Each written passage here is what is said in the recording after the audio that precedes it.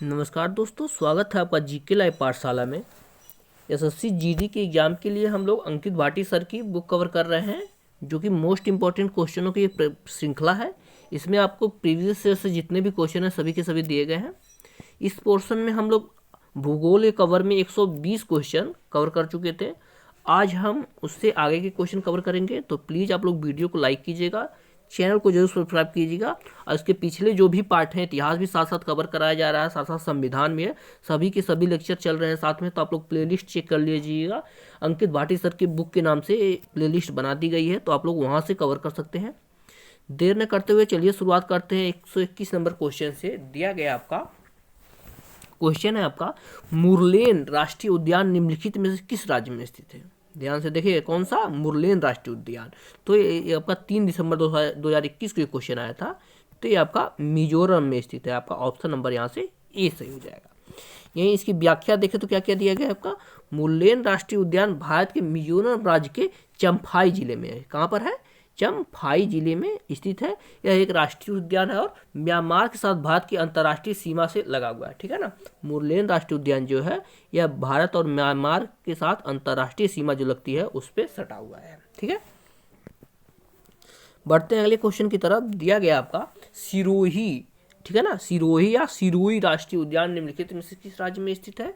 तो सिरोही राष्ट्रीय उद्यान बहुत बार एक क्वेश्चन पूछा गया है, तो यह है आपका मणिपुर में स्थित है। आपका ऑप्शन नंबर यहाँ से बी से हो जाएगा, मणिपुर में स्थित है।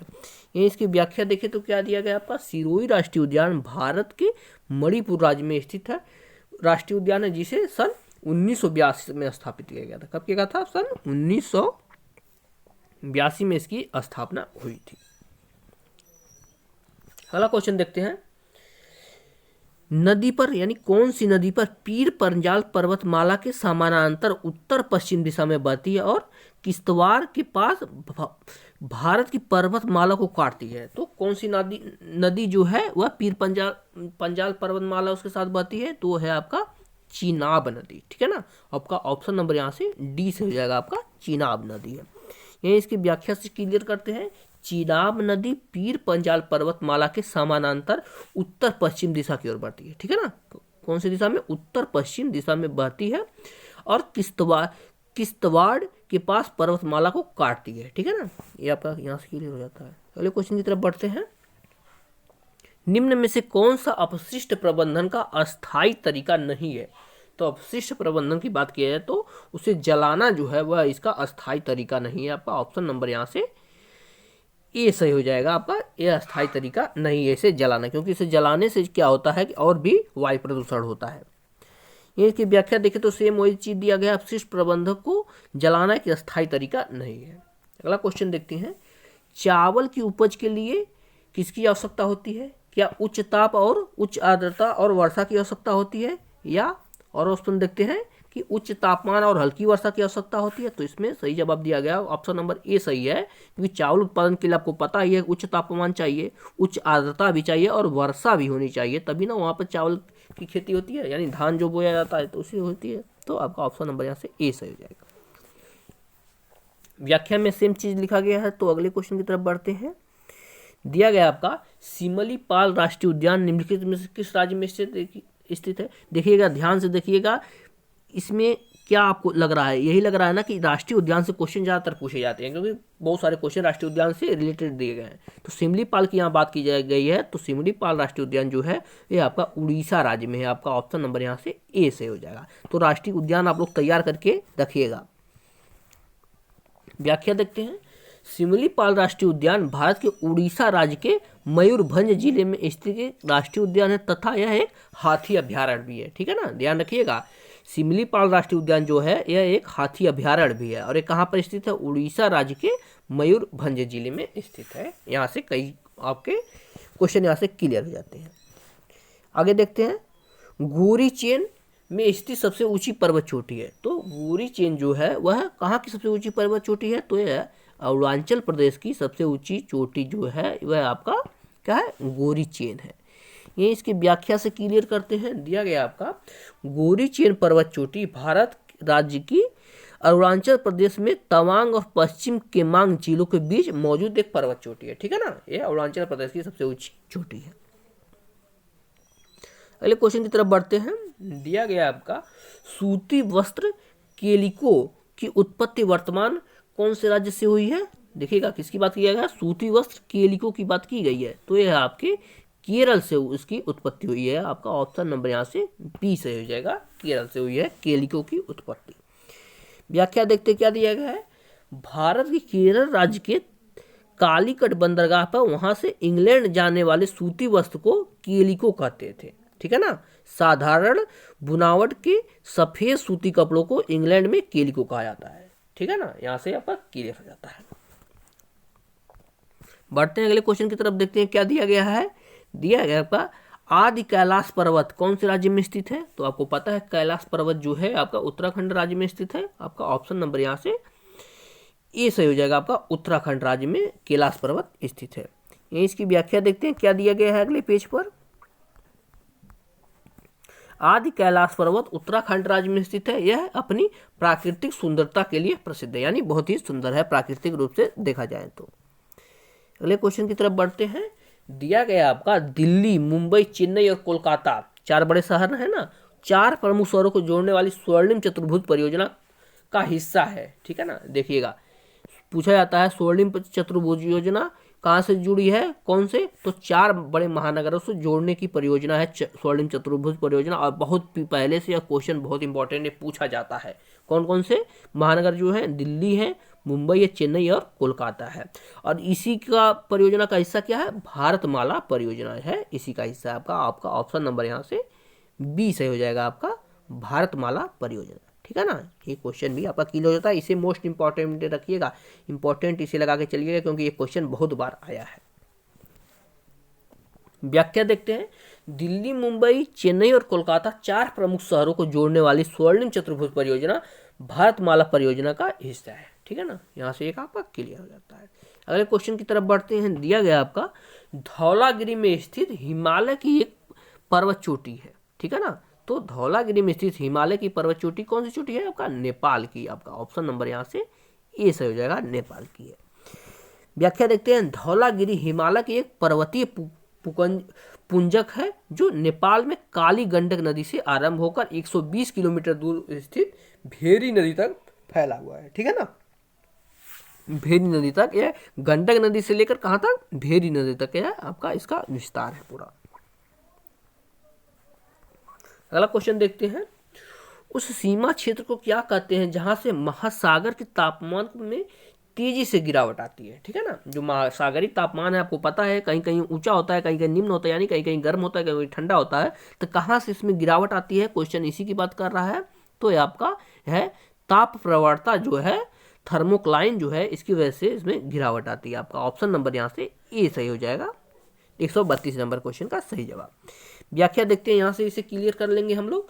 महासागर में तापमान में तेजी से गिरावट आती है, उसे ताप प्रवणता या थर्मोक्लाइन कहा जाता है। ऐसा अनुमान है कि जल के कुल आयतन का लगभग 90% गहरे महासागर में ताप प्रवणता नीचे पाया जाता है, ठीक है ना। 90% से गहरे महासागर जो होते हैं वहां पर ताप प्रवणता सबसे अधिक पाया निचले स्तर पर पाया जाता है, ठीक है ना।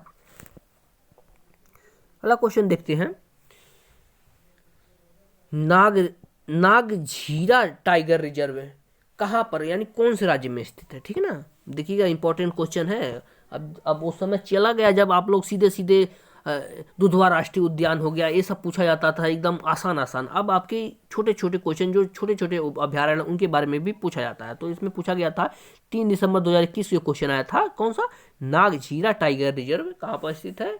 तो यह स्थित है आपका, यहाँ से ऑप्शन देखते हैं, ऑप्शन नंबर डी सही, माफ कीजिएगा। अगले पेज पर कहाँ दिया गया है, यहाँ पर 133 नंबर क्वेश्चन दिया गया है, ये आपका महाराष्ट्र में स्थित है। आपका ऑप्शन नंबर यहाँ से डी से हो जाएगा, नागझीरा राष्ट्रीय उद्यान आपका महाराष्ट्र में स्थित है। ये इसकी व्याख्या देखें तो नवेगांव नागझीरा टाइगर रिजर्व को 12 दिसंबर 2013 को भारत के 46वें टाइगर रिजर्व के रूप में अधिसूचित किया गया था, ठीक है ना। यह आपका कब बना था, आपका 12 दिसंबर 2013 को भारत का 46वां टाइगर रिजर्व बना था, ठीक है ना। इस बात को याद रखिएगा। और यह आपका कहाँ पर स्थित है, महाराष्ट्र में यह आपका स्थित है। देखते हैं अगला क्वेश्चन क्या दिया गया है आपका। निम्नलिखित में से कौन सी महासागरीय धाराओं की विशेषता नहीं है। तो आपको पता है महासागरीय धाराएं जो होती हैं उनकी कोई निश्चित दिशा नहीं होती है, महासागरीय धाराओं की कोई भी निश्चित दिशा नहीं होती है ना। तो यहाँ से आपका ऑप्शन नंबर यहाँ से माफ कीजिएगा दिया गया आपका उनकी कोई निश्चित दिशा नहीं होती है, तो ये तो गलत है क्योंकि महासागरीय धाराएं जो हैं एक निश्चित दिशा में बहती है ना। तो इसमें क्या पूछा है, महासागरीय धाराओं की विशेषता नहीं है पूछा गया है, ठीक है ना। देखिएगा क्वेश्चन पे ध्यान दीजिएगा, नहीं है पूछा गया है, तो ये आपका उनकी कोई निश्चित दिशा नहीं होती है, ये बात आपका गलत है क्योंकि उनकी एक निश्चित दिशा में वो बहती है। आपके ऑप्शन नंबर यहाँ से डी सही हो जाएगा। व्याख्या देखते हैं, महासागरीय धाराओं की कोई निश्चित दिशा नहीं होती है, यह कथन महासागरीय धाराओं की विशेषता नहीं है, ठीक है ना। आगे देखते हैं नेक्स्ट क्वेश्चन क्या दिया गया है, दिया गया है आपका भारत में वन संरक्षण अधिनियम वर्ष में पारित किया गया है। तो आपको पता है वन संरक्षण अधिनियम एकदम आसान सा क्वेश्चन है। ये वन संरक्षण अधिनियम आपका 1980 में बना था। आपका ऑप्शन नंबर यहाँ से बी सही हो जाएगा। बहुत ही हल्का क्वेश्चन था और बहुत ही इंपॉर्टेंट भी क्वेश्चन है क्योंकि कई बार पूछा गया है। देखते हैं, भारत में वन संरक्षण अधिनियम सन 1980 में पारित किया गया था। इसमें वनों की कटाई को सीमित करने, जैव विविधता और वन्य जीवों को बचाने का लक्ष्य रखा गया था, ठीक है ना। तो वन संरक्षण अधिनियम किसके लिए बनाया था, एक तो आपका वन को कटाई से रोकने के लिए बना था और वन्य जीवों की आपकी रक्षा करने के लिए बनाया गया था। अगला क्वेश्चन देखते हैं, निम्नलिखित में से कौन सी नदी तिब्बत और भारत और बांग्लादेश से होकर बहती है, ठीक है ना। तीनों देशों से बहती है, कौन तिब्बत हो गया, उसके बाद भारत में आते हैं, फिर बांग्लादेश में निकल जाते हैं। तो आपको आसान सा क्वेश्चन है, सीधे सीधे दिख रहा है कि ब्रह्मपुत्र नदी है जो तिब्बत से निकलती है, फिर भारत में आती है, उसके बाद आपका बंगाली खाड़ी में बांग्लादेश में आपका प्रवाहित हो जाती है। तो यहाँ से आपका ऑप्शन नंबर यहाँ से ए सही हो जाता है। 136 नंबर क्वेश्चन का सही जवाब। देखिए व्याख्या क्या दिया गया है, ब्रह्मपुत्र एक नदी है जो तिब्बत, भारत और बांग्लादेश से होकर बहती है। इस नदी का उद्गम स्थल तिब्बत स्थित मानसरोवर झील के निकट होती है, ठीक है ना। ये आपका मानसरोवर झील के निकट से निकलती है। तो यहाँ से आपका एक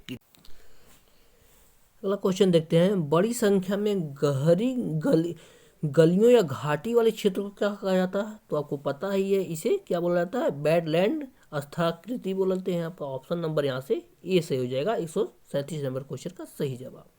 ये इसकी व्याख्या पर आते हैं, क्या दिया गया है यहाँ से इसकी व्याख्या देखते हैं, बड़ी संख्या में गहरी गलियों या घाटियों वाले क्षेत्र को बैडलैंड स्थाकृति कहती है। यह एक प्रकार का आपका भूभाग है, ठीक है ना। आगे देखते हैं नेक्स्ट क्वेश्चन क्या दिया गया है, 138 नंबर क्वेश्चन, निम्नलिखित में से कौन सी स्थिति चाय बागानों को नुकसान पहुंचाती है। तो आपको पता है जब वहां पर 35 डिग्री से अधिकतम तापमान हो जाता है तो आपका चाय बागानों को नुकसान पहुंचाती है। आपका ऑप्शन नंबर यहाँ से डी सही हो जाएगा। व्याख्या देखते हैं, चाय बागानी खेती को नुकसान 35 डिग्री से अधिक तापमान पहुंचा सकता है, ठीक है ना। अगला क्वेश्चन देखते हैं क्या दिया गया है, भारत और बांग्लादेश के प्रमुख उत्पादक है। तो भारत बांग्लादेश जो है वह जूट के प्रमुख उत्पादक हैं, ठीक है ना। आपका ऑप्शन नंबर यहाँ से ए सही हो जाएगा, जूट के प्रमुख उत्पादक है। यहाँ इसकी व्याख्या देखते हैं, तो भारत और बांग्लादेश जूट के उत्पादक हैं में सबसे बड़ा उत्पादक देश है। जूट उत्पादन में बांग्लादेश विश्व बाजार में भारत के मुख्य प्रतियोगी के रूप में उभरा है, ठीक है ना।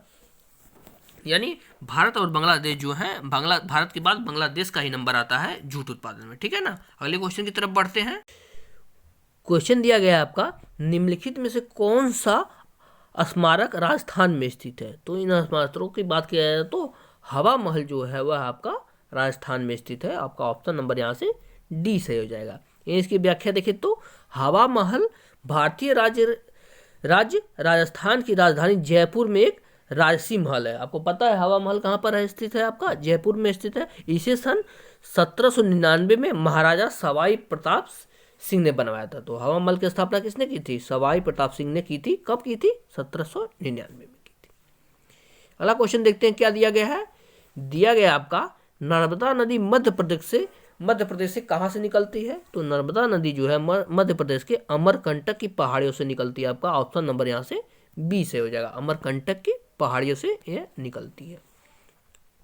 देखते हैं इसकी व्याख्या क्या दी गई है, दिया गया आपका नर्मदा नदी का उद्गम स्थल मैकाल पर्वत की अमरकंटक की पहाड़ियों से है, ठीक है ना। नर्मदा नदी कहाँ से निकलती है, मैकाल पर्वत के अमरकंटक की पहाड़ियों से निकलती है। अरब सागर में गिरने वाली प्रायद्वीपीय भारत की यह सबसे बड़ी नदी है, ठीक है ना। देखिएगा प्रायद्वीपीय भारत की सबसे बड़ी नदी की बात की जाती है तो गोदावरी आ जाती है, लेकिन प्रायद्वीपीय भारत की सबसे बड़ी नदी जो अरब सागर में अपना जल गिराती है वह कौन सी है आपकी? ये आपका नर्मदा नदी है जो गिराती है, ठीक है ना, जो कि पश्चिम दिशा की ओर बहती है, ठीक है ना, या पश्चिम दिशा की ओर बहती भी है। तो इस तरह से आपका क्लियर हो जाता है। आगे देखते हैं, विंध्याचल एवं सतपुड़ा के बीच यह एक भ्रंश घाटी से होकर गुजरती है, ठीक है ना। कौन से पर्वतों को अलग करती है? विंध्याचल और पर्वत जो है सतपुड़ा पर्वत है, इन दोनों के बीच से होकर नर्मदा नदी है बहती है और ये भ्रंश घाटी से होकर गुजरती है, ठीक है ना। आगे देखते हैं, जबलपुर के पास है धुआंधार जलप्रपात बनाती है, ठीक है ना। पूछा जाता है क्वेश्चन, धुआंधार जलप्रपात किस नदी पर है? तो ये आपका नर्मदा नदी पर है। और धुआंधार जलप्रपात कहाँ है? जबलपुर जिले में यह आपका स्थित है, ठीक है ना। ये भी क्वेश्चन हो गया। सोचिए एक क्वेश्चन के साथ कितने क्वेश्चन हमें क्लियर हो रहे हैं। आगे देखते हैं, खंभात की खाड़ी में गिरने से पहले यह ज्वार नदमुख का निर्माण करती है, ठीक है ना। देखिए आपको पता है कुछ नदियां एस्चुरी बनाती हैं, कुछ नदियां जो हैं ज्वार नदमुख बनाती हैं। तो यह क्या बनाती है? ज्वार नदमुख यह बनाती है। कहाँ पर? खंभात की खाड़ी में गिरने से पहले यह ज्वार नदमुख बनाती है, ठीक है ना। आगे देखते हैं क्या दिया गया। नर्मदा नदी 3 राज्यों से होकर बहती है। तो कौन कौन से राज्य हैं? एक तो आपका मध्य प्रदेश हो गया, दूसरा आपका महाराष्ट्र हो गया और तीसरा आपका गुजरात हो गया। तीनों राज्यों से होकर आपका नर्मदा नदी बहती है।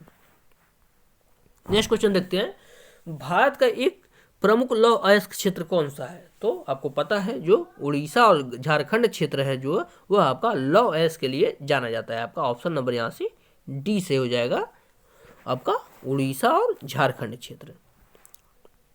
देखते हैं, भारत का सबसे बड़ा लौह अयस्क क्षेत्र उड़ीसा झारखंड के समवर्ती जिलों में फैला हुआ है, यानी दोनों राज्य के जो आसपास के जिले हैं उसमें फैला हुआ है। आगे देखते हैं, झारखंड का सिंहभूम जिला, ठीक है। देखिएगा क्वेश्चन सीधे सीधे सिंहभूम के बारे में पूछ लेता है। झारखंड का जो है सिंहभूम जिला जो है तथा उड़ीसा का कोइडर जिला, ठीक है ना। उड़ीसा की बात की जाए तो यहाँ का कोइडर जिला इस श्रेणी में आते हैं। यहाँ पर सबसे ज्यादा लौह अयस्क पाए जाते हैं।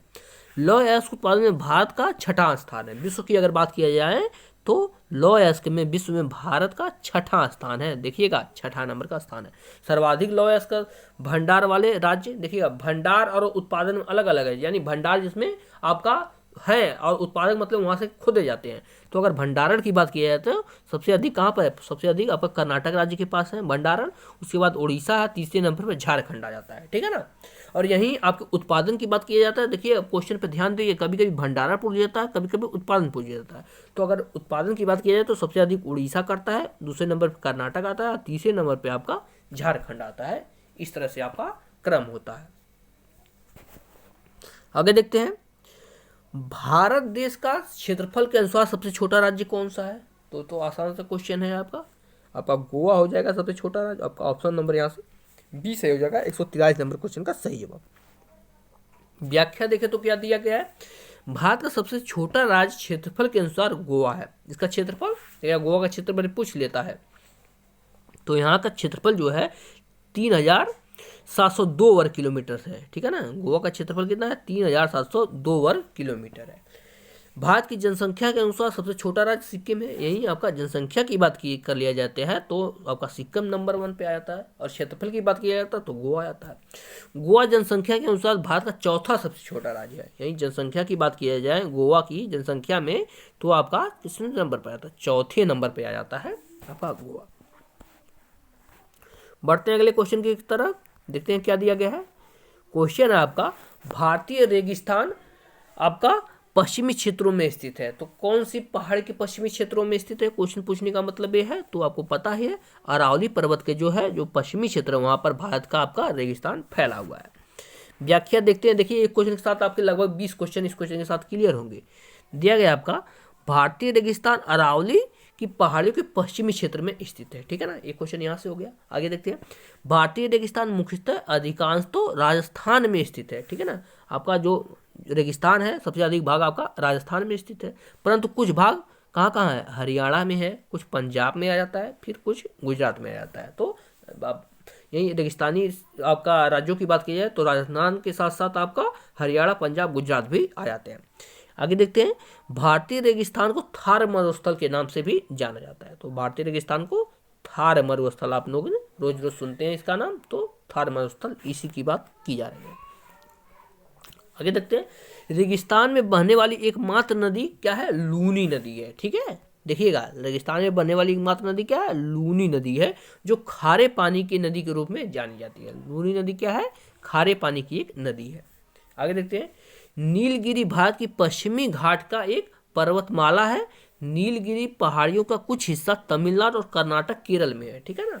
जो नीलगिरी भारत की पश्चिमी घाट की एक पर्वतमाला है, और नीलगिरी पहाड़ियाँ कौन कौन से राज्य में है? आपके तमिलनाडु में है, कर्नाटक में है और केरल में, यानी तीनों राज्यों में फैली है नीलगिरी की पहाड़ियाँ। यहाँ की सबसे ऊंची चोटी आपके क्या है? दोदा बेटा है, ठीक है। नीलगिरी पर्वत की सबसे ऊंची चोटी क्या है? दोदा बेटा है। ये भी क्वेश्चन बहुत बार पूछा गया है, तो इसे आप लोग ध्यान रखें। अगला देखते हैं क्या दिया गया है, कैमूर की पहाड़ियाँ। कैमूर की पहाड़ियाँ विंध्य पर्वत श्रेणी के पूर्वी हिस्सा है, जो मध्य प्रदेश के जबलपुर जिले के पास कलंगी से शुरू होती है, ठीक है ना। ये भी आपका क्लियर होता है। आगे देखते हैं, कैमूर की पहाड़ियों से सोन, होंस, केन आदि मुख्यतः नदियां निकलती हैं, ठीक है ना। पूछा जाता है इनमें से कौन सी नदी है जो कैमूर की पहाड़ियों से निकलती है, तो कैमूर की पहाड़ियों से आपकी एक तो सोन नदी निकलती है, दूसरा होंस नदी निकलती है और तीसरा केन नदी निकलती है। तीनों नदियां इंपॉर्टेंट नदियां हैं, तो ये आपकी कैमूर की पहाड़ियों से निकलती है। यही अगला देखते हैं क्या दिया गया है आपका, हिमाद्री की पहाड़ियां हिमालय की सबसे उत्तरी श्रेणी को बृहत हिमालय या ग्रेट हिमाद्री आदि नामों से जाना जाता है। तो आपको पता है हिमालय पर्वत की सबसे उत्तरी जो भाग है उसे ग्रेट हिमालय के नाम से जाना जाता है। यह हिमालय की सर्वाधिक सतत और सबसे ऊंची श्रेणियां हैं, ठीक है ना। हिमाद्री की औसत ऊंचाई 6000 मीटर होती है। क्वेश्चन पूछ लिया जाता है कि हिमाद्री जो होती है उसकी सबसे अधिक औसत ऊंचाई कितनी होती है, तो औसत ऊंचाई उसकी आपकी 6000 मीटर होती है। ये आपका यहाँ से क्लियर होता है। अगला क्वेश्चन देखते हैं क्या दिया गया है। दिया गया है भारत और श्रीलंका को किसके द्वारा विभाजित किया जाता है, तो आपको पता है भारत और श्रीलंका जो है पाक जलडमरू मध्य के द्वारा अलग होते हैं, ठीक है ना। पाक जलडमरू मध्य और या मन्नार की खाड़ी भी वहीं आ जाती है, उससे भी अलग होते हैं। तो पाक जलडमरू मध्य जो है इससे भारत पाकिस्तान अलग होते हैं। आपके ऑप्शन नंबर यहाँ से सी सही हो जाता है। देखते हैं, भारत और श्रीलंका को पाक जलडमरू मध्य द्वारा विभाजित किया जाता है। यह जल संधि पूर्वोत्तर के पाक की खाड़ी और दक्षिण पश्चिम में मन्नार की खाड़ी से जोड़ती है, ठीक है ना। मन्नार की खाड़ी भी कभी कभी दिया जाता है कि भारत और श्रीलंका जो है किससे अलग होते हैं, तो मन्नार की खाड़ी से भी दिया जाता है क्वेश्चन, यहाँ से भी आपके अलग होते हैं। यही बेरिंग जलडमरू मध्य की बात किया जाए तो यह आपका रूस और अमेरिका के बीच फैला हुआ है, बेरिंग जलडमरू मध्य। ये भी क्वेश्चन विश्व भूगोल से बहुत बार पूछा गया है। बढ़ते हैं अगले क्वेश्चन की तरफ, देखते हैं क्या दिया गया है। 146 नंबर क्वेश्चन दिया गया आपका, सबसे बड़ा नदी द्वीप माजुली निम्नलिखित में से किस नदी पर स्थित है, तो माजुली द्वीप जो है आपके ब्रह्मपुत्र नदी पर स्थित है। आपका ऑप्शन नंबर यहाँ से सी से हो जाएगा, ब्रह्मपुत्र नदी पर स्थित है माजुली द्वीप। व्याख्या देखते हैं क्या दिया गया है आपका, माजुली द्वीप ब्रह्मपुत्र नदी पर असम में स्थित है। राज्य भी हो गया यहाँ से, माजुली द्वीप किस राज्य में है, असम राज्य में स्थित है। ब्रह्मपुत्र नदी का उद्गम हिमालय के उत्तर में तिब्बत के पुरंग जिले में स्थित मानसरोवर झील के निकट है, ठीक है ना। ब्रह्मपुत्र नदी कहाँ से निकलती है, ये आपके मानसरोवर झील से निकलती है। कहाँ से, तिब्बत से। ये भी क्वेश्चन बहुत बार पूछा गया है। ब्रह्मपुत्र नदी 3 देशों से होकर बहती है, तो पहले क्वेश्चन में आ चुका है। 3 देशों कौन कौन है, जो भारत है, तिब्बत है और बांग्लादेश है। ये तीनों देश से होकर ब्रह्मपुत्र नदी बहती है। कावेरी नदी के बारे में जानते हैं। कावेरी नदी पश्चिमी घाट के पर्वत ब्रह्मगिरी से निकलती है, ठीक है ना। कावेरी नदी कहाँ से निकलती है, ये आपके पश्चिमी घाट का एक पर्वत है, वो क्या है, ब्रह्मगिरी, यहाँ से निकलती है। यह कर्नाटक एवं तमिलनाडु राज्य में बहती है और यह बंगाल की खाड़ी में गिराती है जल, ठीक है ना। ये आपके कहाँ से निकलती है, कर्नाटक और तमिलनाडु राज्यों से होकर बहती है और यह अपना जल जो है लास्ट तक आपका बंगाल की खाड़ी में गिरा देती है। यही गोदावरी नदी की बात की जाए तो गोदावरी नदी प्रायद्वीपीय भारत की सबसे लंबी नदी, आपको पता है। आपका उत्तरी भारत की सबसे लंबी नदी आपकी जो हो जाएगी, भारत की अगर बात की जाए तो गंगा नदी हो जाती है, जो भारत से निकलती है। और यहीं प्रायद्वीपीय भारत की बात की जाए, देखिएगा आप पूरे कहा जाए कि जो ब्रह्मपुत्र वहाँ से निकलती है, तिब्बत से निकलती है, उसे देखा जाए तो आपके ब्रह्मपुत्र हो जाता है। लेकिन अगर भारत से बात की जाए तो गंगा नदी की बात आती है। यहीं प्रायद्वीपीय भारत की बात की जाए तो गोदावरी नदी आ जाती है, सबसे बड़ी नदी यहाँ से आ जाती है। पश्चिमी घाट की नासिक की पहाड़ियों में त्र्यंबक से निकलती है, ठीक है ना। गोदावरी नदी कहाँ से निकलती है, जो पश्चिमी घाट से नासिक की जो पहाड़ियाँ हैं यहाँ से त्र्यंबक से यह निकलती हैं आपके। इसे दक्षिण गंगा या वृद्ध गंगा के नाम से जाना जाता है। गोदावरी को क्या बोला जाता है? दक्षिण गंगा या वृद्ध गंगा के नाम से जाना जाता है आपकी गोदावरी नदी को। आगे देखते हैं, नर्मदा नदी का उद्गम मैकाल पर्वत की अमरकंटक चोटी से। ठीक है, नर्मदा नदी कहाँ से निकलती है? जो आपका मैकाल पर्वत है यहाँ के अमरकंटक की पहाड़ियों से निकलती है आपकी नर्मदा नदी। यह अरब सागर में गिरने वाली प्रायद्वीपीय भारत की सबसे लंबी नदी है। सबसे बढ़िया लंबी नदी की बात की जाए तो यह है आपका नर्मदा नदी है, जो आपके अरब सागर में गिरने वाली सबसे लंबी नदी है। ठीक है ना, ये भी आपका क्लियर हो जाता है। आगे देखते हैं 127 नंबर क्वेश्चन दिया गया है आपका, खरीफ फसलों को मौसम की शुरुआत के साथ बोई जाने वाली फसलों के रूप में वर्णित किया जाता है। तो खरीफ की फसलें जो होती हैं वह वर्षा के साथ ही बोई जाती हैं आपके, बरसात के बाद ही। आपका ऑप्शन नंबर यहाँ से बी सही हो जाता है। ये इसकी व्याख्या देखें तो क्या क्या दिया गया है, यहाँ से हम लोग क्लियर कर लेंगे। काफ़ी लंबा लंबा व्याख्या दिया गया है, इससे आपको बहुत ही ज़्यादा हेल्प मिलेगा। कई क्वेश्चन एक साथ क्लियर होंगे, तो प्लीज़ आप लोग वीडियो को जरूर लाइक कीजिएगा, चैनल को आप लोग सब्सक्राइब करते रहिए। दिया गया आपका, खरीफ की फसलों के लिए वर्षा का मौसम सबसे बहुत अच्छा समय होता है। खरीफ की फसल की बुआई जुलाई महीने में और कटाई अक्टूबर महीने में होती है। देखिए रबी खरीफ बहुत बार पूछा जाता है, इसमें लोग कंफ्यूज हो जाते हैं। तो ये खरीफ की अगर बात की जाए तो इसकी बुआई जो है जुलाई महीने में की जाती है और कटाई जो है अक्टूबर में कट जाता है। अब खरीफ की फसलें में कौन कौन सी फसलें आते हैं? मुख्य रूप से जो दिया गया ध्यान दे लीजिएगा, आपका धान आ जाता है, मक्का हो गया, ज्वार हो गया, बाजरा हो गया, मूंग हो गया, जूट हो जाता है। जो और भी फसलें जो हैं वो आपके खरीफ की फसलें आती है। यही रबी की फसलों की बात की जाए तो ये आपका अक्टूबर में बोई जाती है। अक्टूबर में आपकी रबी की फसलें बो दी जाती है और यह फरवरी मार्च आते आते इसकी कटाई हो जाती है। और इसकी फसलों की बात की जाए तो आपका गेहूं हो गया, जौ हो गया, चना हो गया, सरसों हो गया, ये सब जो है अभी खरीफ की रबी की फसलें हैं। इस समय जो बोई गई है आपकी रबी की फसलें ही हैं जो इस समय चल रही हैं। ये अगर जायद की बात की जाती है तो यह मुश्किल इससे आपका मार्च अप्रैल में बोई जाती है और इसके 2 या 3 महीने के बाद ये आपकी तैयार हो जाती हैं आपकी। जैसे तरबूज हो गया, ककड़ी हो गया, खीरा हो गया, करेला हो गया, ये सब आपके जायद की फसलें हैं। ठीक है ना, आते हैं अगले क्वेश्चन पर। क्या दिया गया है देखते हैं। दिया गया आपका, कथकली की जड़ें किस राज्य में है?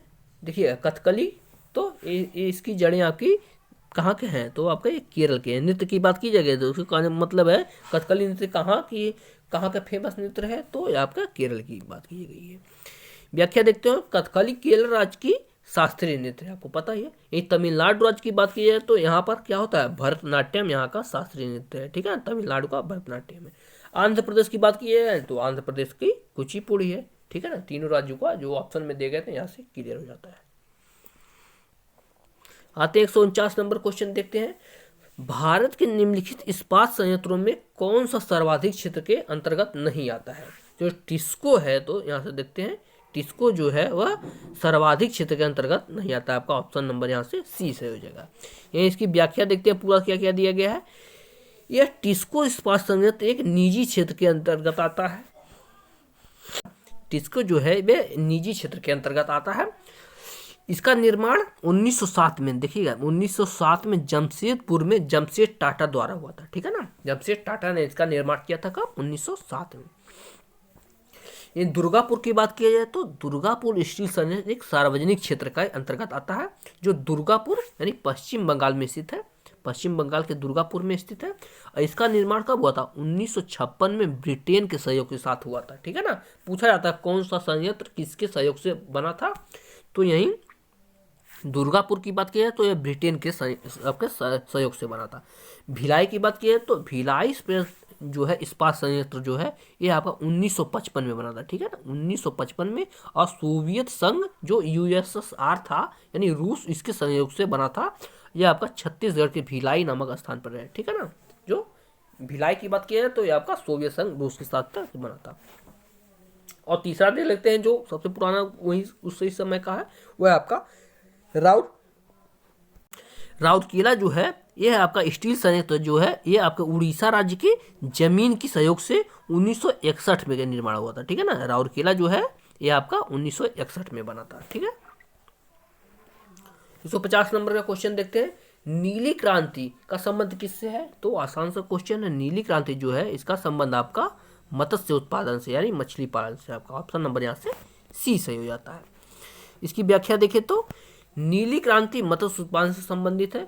भारत में नीली क्रांति के जनक के रूप में अरुण कृष्णन और हीरालाल चौधरी माना जाता है। ठीक है ना, देखिएगा क्वेश्चन बहुत बार पूछा जाता है। आप लोग हमेशा हरित क्रांति की बात करते हैं, लेकिन अगर श्वेत क्रांति की बात करते हैं, लेकिन कभी माफ कीजिएगा नीली क्रांति की बात कर दिया जाए तो इसके जनक के रूप में आएंगे कौन कौन आएंगे आपके, एक आ जाते हैं आपके अरुण कृष्णन और दूसरा हीरालाल चौधरी, दोनों लोग आ जाते हैं। तो आज के लिए 150 क्वेश्चन यहीं पर कवर करते हैं। तो प्लीज़ आप लोगों के लिए इतना मेहनत की है तो आप लोग प्लीज़ वीडियो को लाइक कीजिएगा, चैनल को जरूर सब्सक्राइब कीजिएगा और हमारे टेलीग्राम चैनल से आप लोग ज्वाइन करना न भूलें। उसका लिंक जो है डिस्क्रिप्शन बॉक्स में दिया गया है, तो आप लोग टेलीग्राम चैनल को जरूर ज्वाइन करें। मिलते हैं नेक्स्ट लेक्चर में, तब तक के लिए धन्यवाद।